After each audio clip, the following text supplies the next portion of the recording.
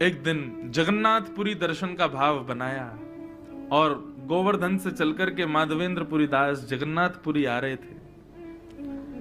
बीच रास्ते में बंगाल प्रांत में, बंगाल या उड़ीसा प्रांत में खीरचोरा गोपीनाथ, उड़ीसा में है बंगाल में, उड़ीसा में ही पड़ते हैं, बंगाल के पास पड़ते हैं, यहां से दूरी है। खीरचोरा गोपीनाथ, उनका नाम तो गोपीनाथ ही था, खीरचोरा तो बाद में पड़ गया। तो आज तक नियम है कि वहां 12 कुल्हड़ों में श्री गोपीनाथ जी को खीर का भोग लगता था और जो मनोरथी भोग लगवाते थे सारा भोग उन्हीं को बांट दिया जाता था। माधवेंद्रपुरी जी जब दर्शन करने के लिए गए तो श्री गोपीनाथ जी का दर्शन किया। रात्रि शयन में 12 कुल्हड़ खीर का भोग रखा था। अब माधवेंद्र जी का स्वभाव नहीं था मांगने का कि प्रसाद भी ऐसे हाथ के, कोई पुजारी खुद ही कहते आओ प्रसाद ले जाओ तो ही मांगते लेते थे, अपने आप नहीं कहते थे। 3-4 दिन से सफर कर रहे भूखे प्यासे, गोपीनाथ जी के सामने जाके खूब नृत्य किया। पुजारी जी ने सारे मनोरथियों में खीर बांट दी और खीर बांटने के बाद में मंदिर बंद कर दिया। माधवेंद्रपुरी जी भी वहां से प्रस्थान कर गए, बेचारे भूखे प्यासे एक वृक्ष के नीचे जाकर के बैठ गए। भजन कर रहे थे ठाकुर जी का, लेकिन भजन करते करते बार बार नेत्र खुल जाए, बार बार भजन रुक जाए। क्यों? भूख लग रही थी, लेकिन बोल सकते नहीं किसी से।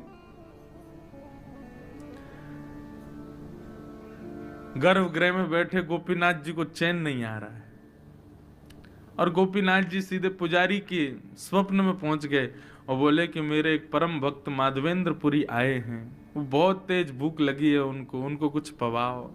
पुजारी जी बोले क्या पवाएं इतनी रात्रि का समय?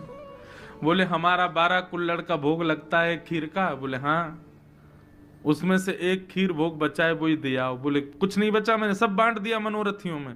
बोले तुमने 11 कुल्हड़ ही बांटे हैं, 12वां कुल्हड़ हमने छुपा लिया था अपनी जेब में।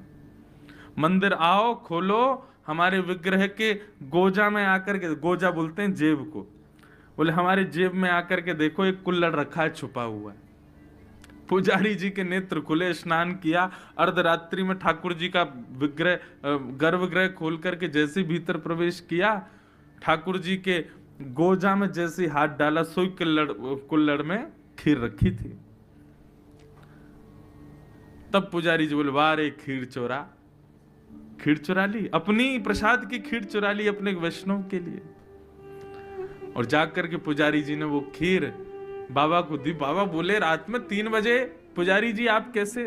तब पूरा वृत्तांत बताया। बोले कि रोज ठाकुर जी का भोग लगता है और मनोरथियों में बांटा जाता है, लेकिन आप अकिंचन हो, किसी से मांगते नहीं। अब ये बात किसी को नहीं पता थी, लेकिन पुजारी बता रहा तो माधवेंद्र जी रोने लगे, आपको कैसे पता मैं किसी से नहीं मांगता? बोले ठाकुर जी बता रहे थे।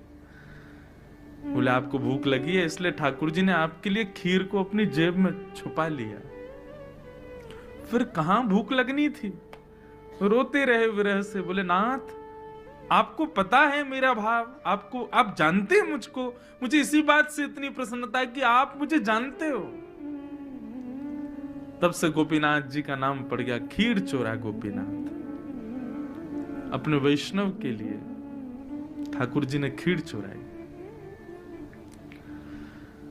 तो नियम इसलिए है ठाकुर जी का कि कोई प्रेम लक्षणा भक्ति से तोड़ के दिखाए, हठपूर्वक नहीं कि जबरदस्ती। इंद्रेश जी कथा में बोल रहे थे नियम में इसलिए ठाकुर जी की उसको कोई तोड़े। अब गर्भगृह में कोई जाने नहीं दे रहा जगन्नाथ जी के, हम कूद फांद के लड़ाई झगड़ा करके गेर के पुजारियों को घुसेंगे भीतर और सबको दिखाएंगे देखो हमने नियम तोड़ा। ऐसे नहीं, नियम तोड़ने का मतलब आप ना तोड़ो, आप प्रयास ना करो, ठाकुर जी प्रयास करें उसको तोड़ने का, उससे आगे आने का, उससे बाहर निकलने का। और श्री जगन्नाथ जी जितने नियमों में बंधे हैं उतने ही नियम तोड़ने में प्रसिद्ध हो रहे हैं। इनसे ज्यादा नियम किसी ने नहीं तोड़े। सब ठाकुरों में सबसे ज्यादा नियम तोड़ने वाले, नियम में रहने वाले भी श्री जगन्नाथ जी और नियम तोड़ने वाले भी श्री जगन्नाथ जी।